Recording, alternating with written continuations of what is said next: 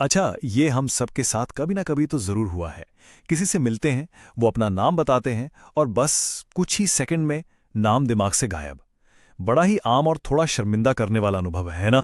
तो सवाल यही है कि भाई ऐसा होता क्यों है। और अच्छी खबर यह है कि ये हमारी याददाश्त की कोई कमी नहीं है। इसके पीछे एक बहुत ही मज़ेदार साइंस है और आज हम उसी रहस्य को सुलझाने वाले हैं। हम में से ज़्यादातर लोग ना फौरन खुद को दोष देने लगते हैं। अरे, मेरी याददाश्त कितनी खराब है, या शायद मैंने ध्यान ही नहीं दिया। हमें लगता है कि समस्या हमारे अंदर है।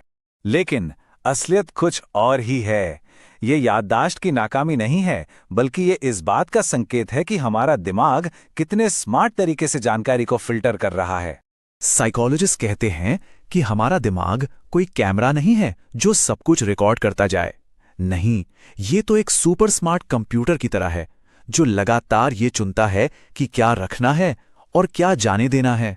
इसको ऐसे समझिए जैसे एक बॉटल की पतली सी गर्दन। जब हम किसी से मिलते हैं तो बहुत सारी जानकारी एक साथ अंदर आने की कोशिश करती है। उनका चेहरा, उनके कपड़े, उनकी आवाज और हाँ, उनका नाम। दिमाग सब कुछ एक साथ नहीं ले सकता, तो वो फिल्टर करना शुरू कर देता है।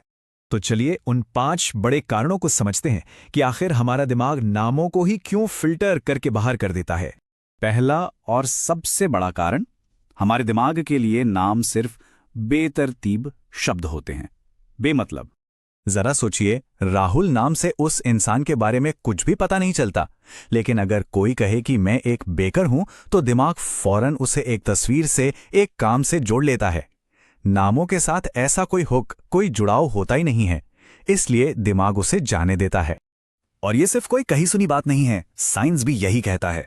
एक बहुत मशहूर स्टडी में पाया गया कि हमारा दिमाग मतलब वाली जानकारी को बेमतलब की जानकारी से 10 गुना बेहतर याद रखता है, और नाम वो अक्सर इसी बेमतलब वाली कैटेगरी में आ जाते हैं।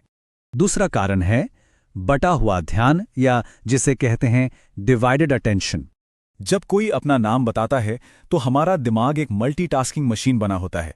हम ये सोच रहे होते हैं कि हाथ कैसे मिलाएं, ठीक से मुस्कुराएं या इसके बाद क्या कहें। अब जरा इस चार्ट को देखिए, ये तो हैरान करने वाला है। जब कोई अपना नाम बताता है तो हमारा सिर्फ 10% ध्यान ही उस पर होता है। बाकी 90% वो तो इसी चिंता में लगा है कि भाई आगे क्या कहना है, कैसे दिखना है और हाथ कैसे मिलाना है। ऐसे में नाम के लिए जगह ही कहाँ बचती है। तीसरा कारण हमें हजारों साल पीछे ले जाता है, हमारे पूर्वजों के टाइम में। देखिए, हमारा दिमाग चेहरे पहचानने के लिए बना है, शब्दों के लिए नहीं। सोचिए, हमारे पूर्वजों के लिए ये जानना ज्यादा जरूरी था कि कौन दोस्त है और कौन दुश्मन, वो भी उनके चेहरों से। इसलिए हमारे दिमाग में चेहरे पहचानने के लिए तो एक खास जगह है, लेकिन नामों के लिए ऐसा कोई नाम डिपार्टमेंट है ही नहीं। यही वजह है कि हम चेहरे सालों बाद भी याद रख सकते हैं, पर नाम नहीं। चौथा कारण उन लोगों से जुड़ा है जिनका दिमाग हर वक्त कुछ न कुछ सोचता रहता है, हमेशा एक्टिव रहता है। अगर दिमाग एक ही समय पर कई चीजें सोच रहा है, जैसे कहीं मैंने कुछ गलत तो नहीं कह दिया, या अब आगे क्या बात करनी है, तो इसे कहते हैं कॉग्निटिव ओवरलोड। ये दिमाग के अंदर एक ट्रैफिक जैम जैसा है, और इस पूरे शोर में नाम जैसी छोटी सी जानकारी बस खो जाती है। और अब 5वां और आखिरी कारण, हमारा दिमाग चीजों को जोड़कर याद रखता है। जैसे सेब सुनते ही लाल रंग और मीठा स्वाद याद आता है ना? लेकिन जब सुनीता जैसा कोई नया नाम सुनते हैं तो उसे जोड़ने के लिए दिमाग के पास कुछ होता ही नहीं है, और बिना किसी कनेक्शन के वो जानकारी दिमाग में एक ऐसी किताब की तरह हो जाती है जिसका कोई टाइटल ही नहीं है। वो है तो वहीं, पर उसे ढूंढ नहीं सकते। तो जैसा कि हमने देखा, नाम भूलना कोई गलती नहीं है, ये तो दिमाग का एक स्मार्ट तरीका है जानकारी को हैंडल करने का। हमारा दिमाग कोई खराब नहीं है, ये बस अपना काम कर रहा है। तो चलिए एक बार जल्दी से दोहराते हैं। हम नाम इसलिए भूल जाते हैं क्योंकि वो बेमतलब होते हैं। हम उस वक्त 100 और चीज़ों के बारे में सोच रहे होते हैं। हमारा दिमाग चेहरों के लिए बना है, नामों के लिए नहीं। दिमाग में बहुत ज़्यादा शोर होता है और हम उस नाम का फौरन कोई कनेक्शन नहीं बना पाते। तो अब जब ये सब पता चल गया है तो क्या किया जा सकता है? पहला कदम है मेटाकॉग्निशन। ये सिर्फ एक फैंसी शब्द है जिसका मतलब है अपने सोचने के तरीके के बारे में सोचना।